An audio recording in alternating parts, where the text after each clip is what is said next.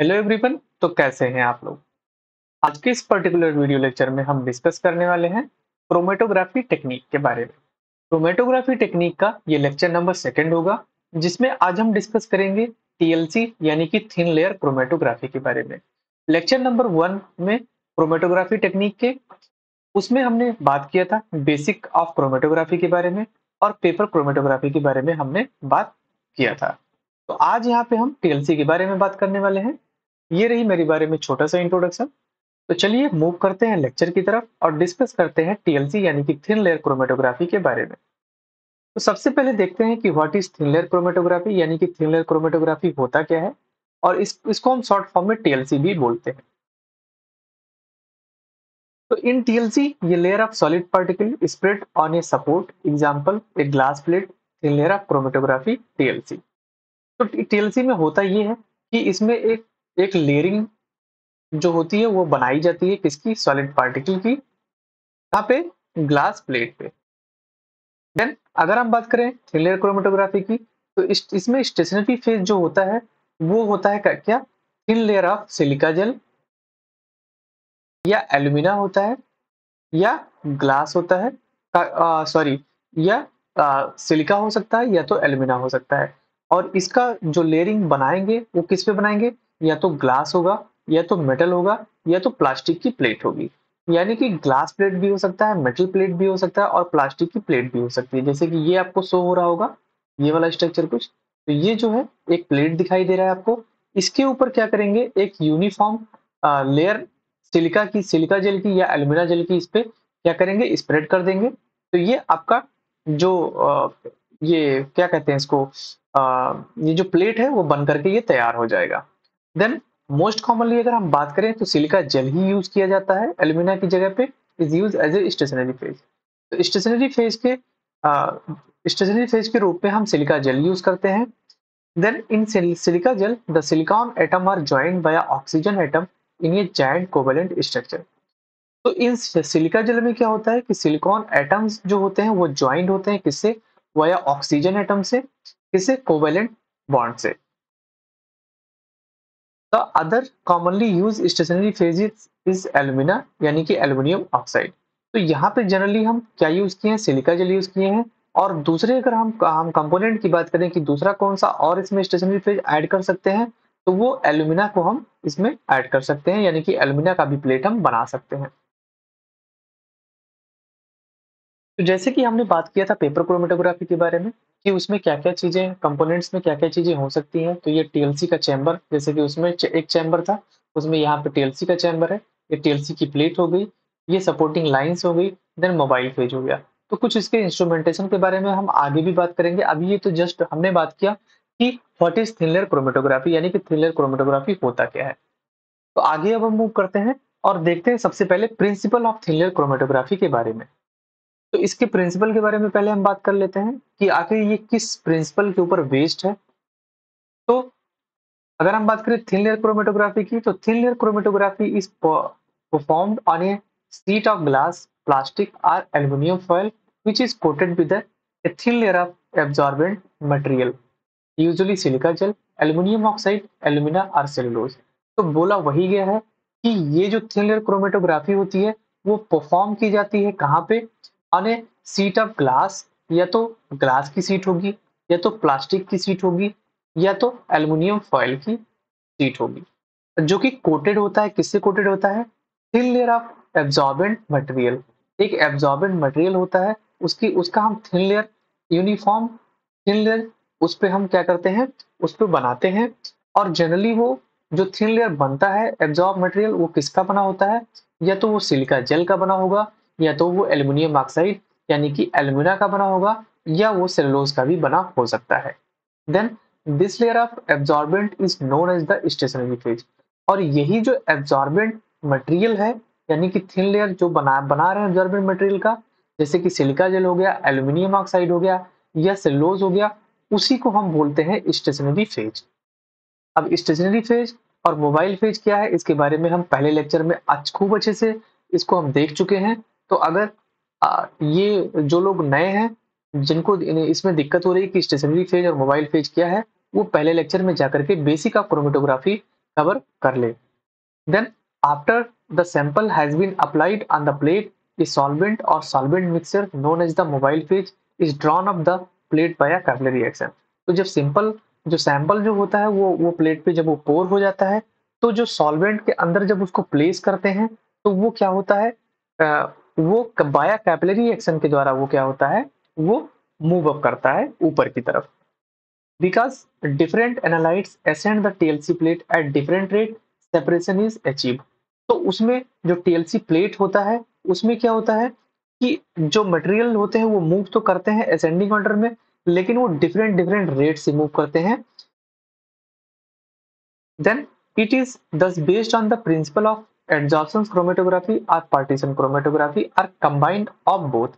तो ये जो थिन लेयर क्रोमेटोग्राफी है वो बेस है किसके ऊपर, इसका प्रिंसिपल जो है वो बेस है एडजॉर्प्शन क्रोमेटोग्राफी के ऊपर या पार्टीशन क्रोमेटोग्राफी के ऊपर, या हम अगर हम बोलना चाहे तो दोनों बोल सकते हैं कि कंबाइंड ऑफ बोथ, यानी कि दोनों एडजॉर्प्शन क्रोमेटोग्राफी और पार्टीशन क्रोमेटोग्राफी दोनों के ऊपर ये बेस है।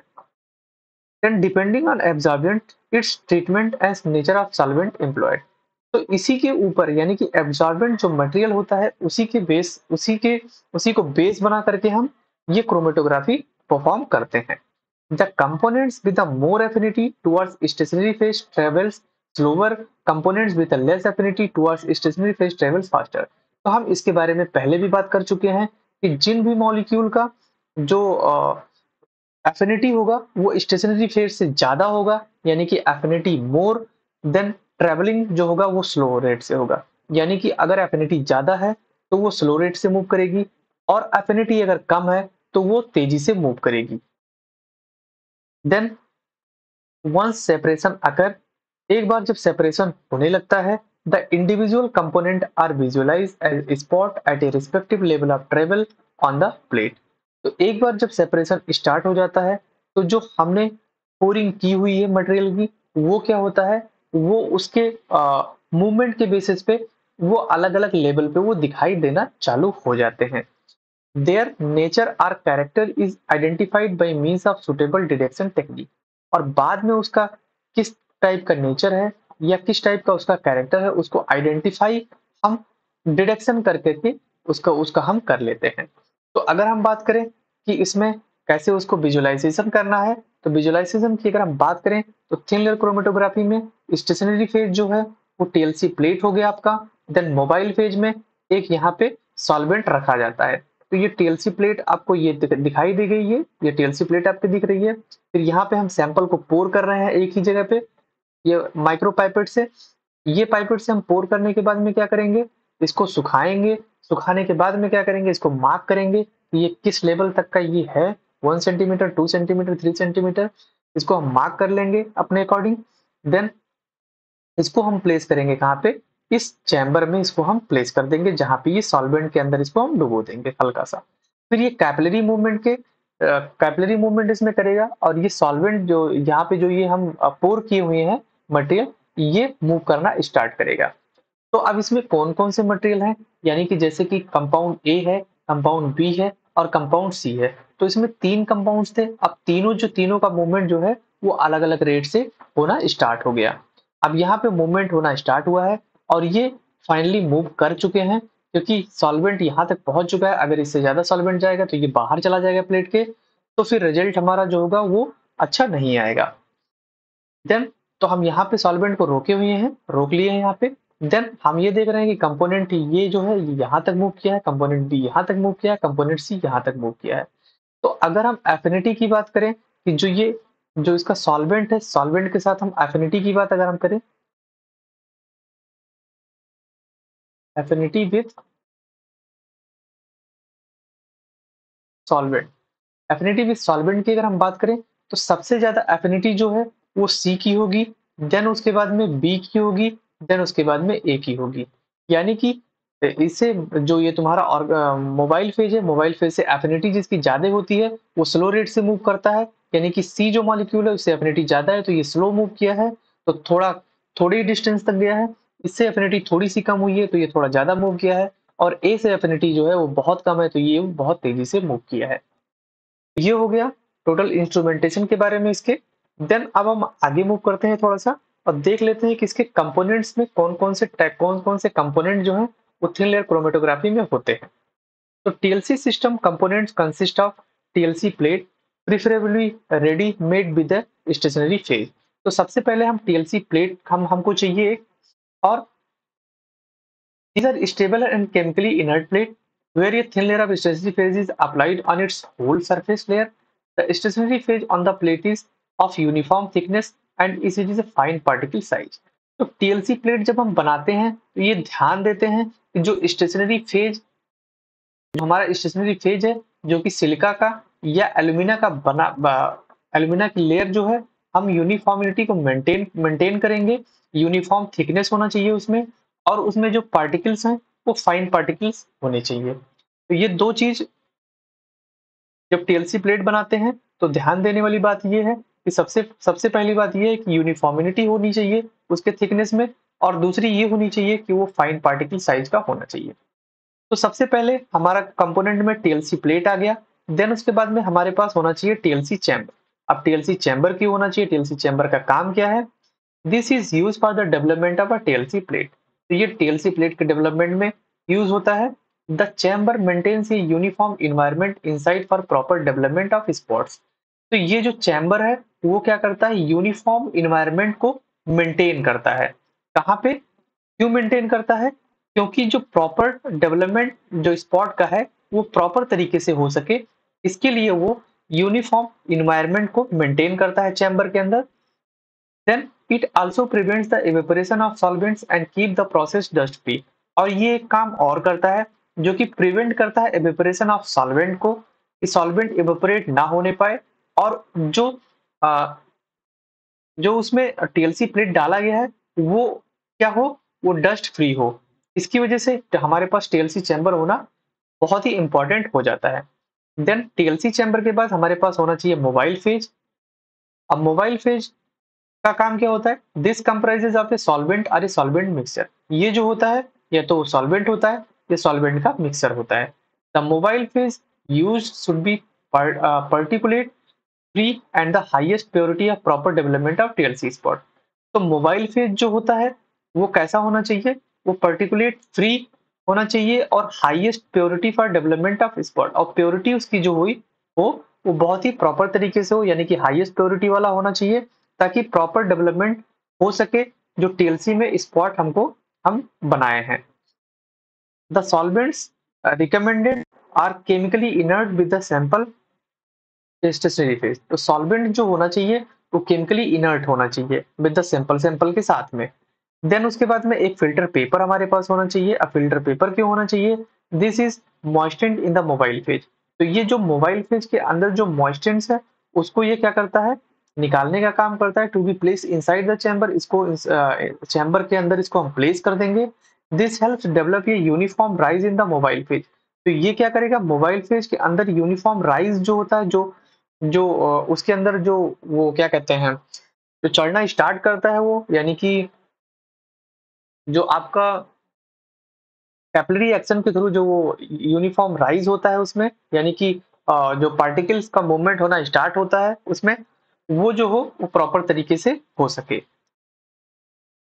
देन उसके बाद में तो यहाँ पे हमने बात किया, सबसे पहले टीएलसी प्लेट होनी चाहिए हमारे पास, then TLC chamber, then mobile phase और एक फिल्टर पेपर। तो ये चार हमने देख लिया।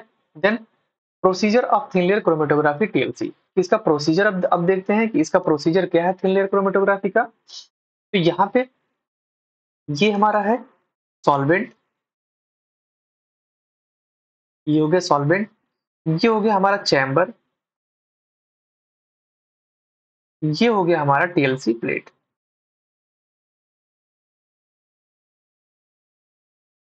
तो इसमें हम क्या किए, टीएलसी प्लेट को इसमें हम डाल दिए। देन ये हमारे पास ये दो स्पॉट्स हैं, दो स्पॉट्स दिखाई दे रहे हैं। यहाँ पे हम मटेरियल को पोर किए हैं। आफ्टर 5 मिनट्स के बाद में हम क्या करेंगे, इसके ऊपर ये किसी से कवरिंग से इसको ढक देंगे ताकि इसमें ये डस्ट फ्री रह सके ये। और उसके बाद में 5 मिनट के बाद में हम ये देखते हैं कि इसमें से ये मूव करना स्टार्ट किया। तो अगर हम मूवमेंट की बात करें तो दो पार्टिकल्स यहाँ पे मूव कर रहे हैं, एक ये पार्टिकल और एक ये पार्टिकल। तो कुछ मूवमेंट्स यहाँ पे हमको दिखाई दे रहा है। देन 10 मिनट के बाद में देखते हैं कि पार्टिकल जो है वो लगभग लगभग पूरी तरीके से मूव कर चुका है। अब हम बात करते हैं, इसमें ये देखते हैं सॉल्वेंट और कंपोनेंट के बेसिस पे। तो यहाँ पे ये देखने को मिल रहा है कि एक कंपोनेंट यहाँ तक मूव किया, एक कंपोनेंट यहाँ और एक कंपोनेंट यहाँ तक मूव किया है। तो मूवमेंट के बेसिस पे मैंने पहले भी बताया कि जिसकी एफिनिटी सॉल्वेंट से ज्यादा होगी वो कम मूवमेंट करेगा, यानी कि ये वाला मॉलिक्यूल कम मूव किया है तो इसकी एफिनिटी ज्यादा होगी, और इसकी एफिनिटी सबसे कम होगी, ये सबसे ज्यादा दूर तक ट्रेवल किया है। तो अगर हम बात करें आरएफ वैल्यू की, यानी कि रिटेंशन फैक्टर या रिटार्डेशन फैक्टर की, अगर हम बात करें तो ये कैसे निकालते हैं, तो इसका फार्मूला जो है वो है distance travelled by the component upon distance travelled by the solvent. तो सॉल्वेंट जो ट्रेवल किया है वो नीचे नीचे लिखेंगे, और जो कंपोनेंट जो ट्रेवल किया है उसको ऊपर लिखेंगे। और ये ध्यान में रखेंगे कि इसकी वैल्यू जो होती है वो हमेशा ऑलवेज लेस देन 1 होती है, हमेशा, यानी कि ऑलवेज लेस देन 1 होनी चाहिए। ये हो गया procedure of thin layer chromatography. Steps के बारे में हमने बात किया।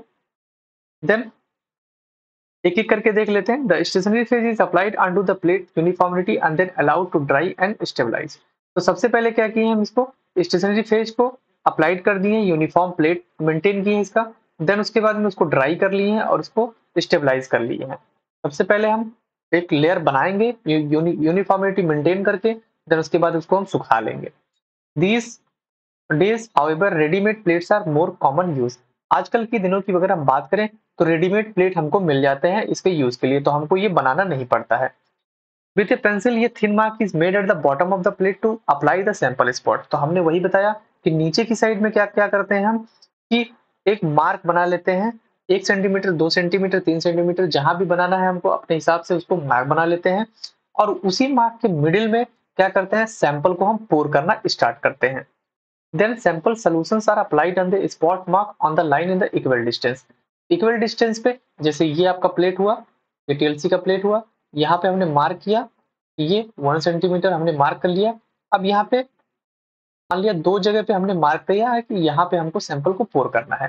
तो अब ये सबसे पहले प्लेट बनाए, प्लेट बनाने के बाद में इसको पेंसिल से एक जगह को मार्क कर लिए, और उसके बाद में स्पॉट को मार्क कर लिए। अब इसी स्पॉट के अंदर इसको हम मटेरियल को, अलग अलग मटेरियल को, यानी कि 2 मटेरियल अगर हमारे पास है तो दोनों को अलग अलग जगह पे इसको हम पोर करना स्टार्ट करेंगे। The mobile phase is poured into the TLC chamber to get labelled few centimetres above the chamber bottom. तो मोबाइल फेज जो है वो डालेंगे हम टीएलसी चैम्बर के अंदर, यानी कि अगर हमारे पास ये टीएलसी चैम्बर, अगर हम हमारे पास ये चैम्बर की अगर हम बात करें तो ये हमारे पास चैम्बर हो गया, और इसमें हम क्या करेंगे, कुछ यहाँ तक जो है वो सॉल्वेंट को हम डाल देंगे। अब सॉल्वेंट को यहाँ पे डालने के बाद में क्या करेंगे, इस प्लेट को, जो मार्क किया हुआ प्लेट रहेगा, वो इसके अंदर क्या करेंगे, हम ये इंसर्ट कराएंगे। Then a few centimeter above the chamber bottom. Then a moistening filter paper is mobile phase is placed on the inner wall of the chamber to maintain equal humidity and also thereby avoids edge effect। तो एक filter paper जो है mobile phase के ऊपर, जो है inner wall के ऊपर, इसको हम लगा देते हैं ताकि मॉइस्चर्स वगैरह जो है, और उसके बाद में ह्यूमिडिटी जो है वो पूरी तरीके से इनर वॉल की तरफ वो मेंटेन हो सके। तो इसको एक पेपर बाहर बाहर की तरफ से लगा देंगे, और बाद में क्या करेंगे, इसको हम ढक देंगे। Then now the plate prepared with the sample is spotted in plate TLC chamber so that the side of the plate with the sample line is facing the mobile page. Then the chamber is closed with a lid। तो उसके बाद में क्या करेंगे, इस chamber को एक lead से, ये ऊपर लीड से इसको हम क्या करेंगे, ढक देंगे। Then the plate is then immersed such that the sample spots are well above the level of the mobile phase but not immersed in the solvent for development। तो हम ये देखेंगे, देखना जरूरी हो जाएगा कि जो स्पॉट हमने मेंशन किया है वो मोबाइल फेज के एकदम लेवल पे रहे, यानी कि अगर हमने सैंपल को यहाँ पे स्पॉट किया है तो मोबाइल फेज जो है हमारा यहाँ तक ही होना चाहिए, इसके इस स्पॉट के ऊपर मोबाइल फेज नहीं जाना चाहिए। Than sufficient time is given for the development of spot. और सफिशिएंट टाइम हम प्रोवाइड करते हैं ताकि स्पॉट का डेवलपमेंट प्रॉपर तरीके से हो सके। Then the plate are then removed and allowed to dry. उसके बाद में हम प्लेट को रिमूव करेंगे और उसको ड्राई करने के लिए छोड़ देंगे।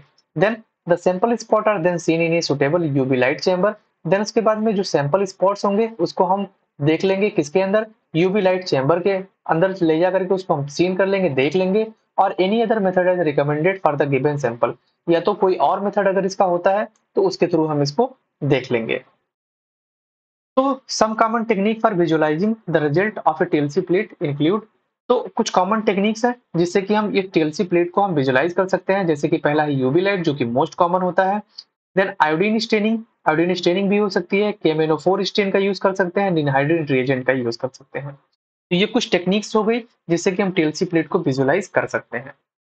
Then application of thin layer chromatography की अगर हम बात करें, इसका एप्लीकेशन क्या-क्या हो सकता है? तो इन monitoring the progress of reaction, तो सबसे पहले रिएक्शन के प्रोग्रेस में के मॉनिटरिंग के लिए इसको यूज कर सकते हैं। Then identify compounds present in a given mixture, उस गिवन मिक्सचर में क्या कंपाउंड्स प्रेजेंट है उसको आइडेंटिफाई करने के लिए कर सकते हैं। Then determine the purity of a substance, purity के सब्सटेंस के डिटर्मिनेशन के लिए भी इसको यूज कर सकते हैं। जैसे अगर हम बात करें analysing ceramides and fatty acids, ceramides और फैटी एसिड को हम एनालाइज कर सकते हैं। देन डिटेक्शन ऑफ पेस्टिसाइड्स और insecticide in food and water, food और वाटर के अंदर पेस्टिसाइड्स और इंसेक्टिसाइड्स का डिटेक्शन कर सकते हैं। Then analyse the dye composition of fibre in forensics, हम कंपोजिशन ऑफ फाइबर को हम एनालाइज कर सकते हैं फोरेंसिक साइंस में। Then assess the radiochemical purity of radio pharmaceuticals, radio pharmaceuticals में हम रेडियोकेमिकल प्योरिटी को एनालाइज कर सकते हैं। Then identification of medicinal plant and their constituent, और हम आइडेंटिफिकेशन कर सकते हैं मेडिसिनल प्लांट की और उसके कॉन्स्टिट्यूएंट की। तो ये हो गया कुछ application of thin layer chromatography के बारे में। देन एडवांटेज की बात अगर हम कर लेते हैं कि थिन लेयर क्रोमेटोग्राफी का एडवांटेज क्या है, तो it is a simple process with A short development time, तो ये बहुत ही सिंपल प्रोसेस होता है जो कि कम टाइम कंज्यूम करता है। दूसरा क्या है, it helps with the visualisation of separated compound spot easily, तो इसमें जो स्पॉट डेवलप होते हैं उसका विजुअलाइजेशन हम इजिली कर सकते हैं। Then it help in isolating of most of the compounds, इसमें हम जो कंपाउंड्स होते हैं उसको आराम से हम आइसोलेट कर सकते हैं कि उस मिक्सचर्स में कौन कौन सा कंपाउंड प्रेजेंट है। Then the separation process is faster and the selectively for compounds is higher, तो अगर हम सेपरेशन की बात करें तो सेपरेशन प्रोसेस जो होता है इसमें बहुत ही तेजी के साथ होता है, और कुछ कंपाउंड्स जो होते हैं वो बहुत ही तेजी के साथ वो सेपरेट हो जाते हैं। Then the purity standards of the given sample can be assessed easily, और अगर हम एडवांटेज की इसकी एक और बात करें तो प्योरिटी स्टैंडर्ड्स को इसमें हम इजीली डिटेक्ट कर सकते हैं। Then it is a cheaper chromatographic technique, ये बहुत ही सस्ता क्रोमेटोग्राफिक टेक्निक होता है, एक एडवांटेज ये भी है इसका। तो ये हो गए कुछ एडवांटेजेस इसके, कि सबसे पहले इसका ये प्रोसेस जो होता है बहुत ही सिंपल होता है, शॉर्ट डेवलपमेंट टाइम होता है, विजुअलाइजेशन कर लेते हैं इसका हम बहुत अच्छे तरीके से, और देन उसके बाद आइसोलेट कर लेते हैं कंपाउंड को बहुत ही आराम से। देन सेपरेशन प्रोसेस बहुत ही तेजी के साथ होता है, प्योरिटी स्टैंडर्ड्स के लिए इसको यूज कर सकते हैं, और लास्ट में सबसे ये मतलब ये बहुत ही चीपर क्रोमेटोग्राफिक टेक्निक होता है। देन लिमिटेशंस की अगर हम बात करें इसके, कुछ लिमिटेशंस भी इसके होंगे, तो it can not tell the difference between enantiomers and some isomers, तो ये जो होता है इसका लिमिटेशन ये है कि ये एनेंशियोमर और आइसोमर्स के बीच में ये डिफरेंस क्रिएट नहीं कर पाता है। In order to identify specific compound the RF value for the compound is interest must be known beforehand, तो कुछ कुछ अगर हम आरएफ वैल्यू की बात करें तो आरएफ वैल्यू में भी इसके इसके मतलब फ्लक्चुएशंस हो जाते हैं। Then TLC plate do not have long stationary phase, और टीएलसी प्लेट की एक खास बात ये भी होती है कि स्टेशनरी प्लेट को फेजेस को बहुत लंबे समय तक ये नहीं रख पाता है। Therefore the length of separation is limited, तो इसका जो लेंथ होता है सेपरेशन का वो बहुत ही लिमिटेड होता है compare to other chromatographic technique, other दूसरे क्रोमेटोग्राफिक टेक्निक से अगर हम इसके कंपैरिजन करें तो इसमें जो सेपरेशन होता है लेंथ का वो बहुत ही अच्छे तरीके से नहीं हो पाता है, वो लिमिटेड होता है। तो ये कुछ इसके लिमिटेशंस के हो गए। देन रिटेंशन फैक्टर के बारे में हमने बात किया कि रिटेंशन फैक्टर या रिटार्डेशन फैक्टर, इसको इसी को हम दोनों नाम से जानते हैं। तो इसको इसका फार्मूला जो होता है वो होता है distance travel by the solute component upon distance travel by the solvent, और नेचुरली अगर हम बात करें तो आरएफ की वैल्यू जो होती है वो हमेशा लेस देन 1 होती है, यानी कि ऑलवेज लेस देन 1 हो सकती है। इसके बारे में हम पहले लेक्चर में भी बहुत अच्छे तरीके से बात कर चुके हैं, और उसमें हम इसको हम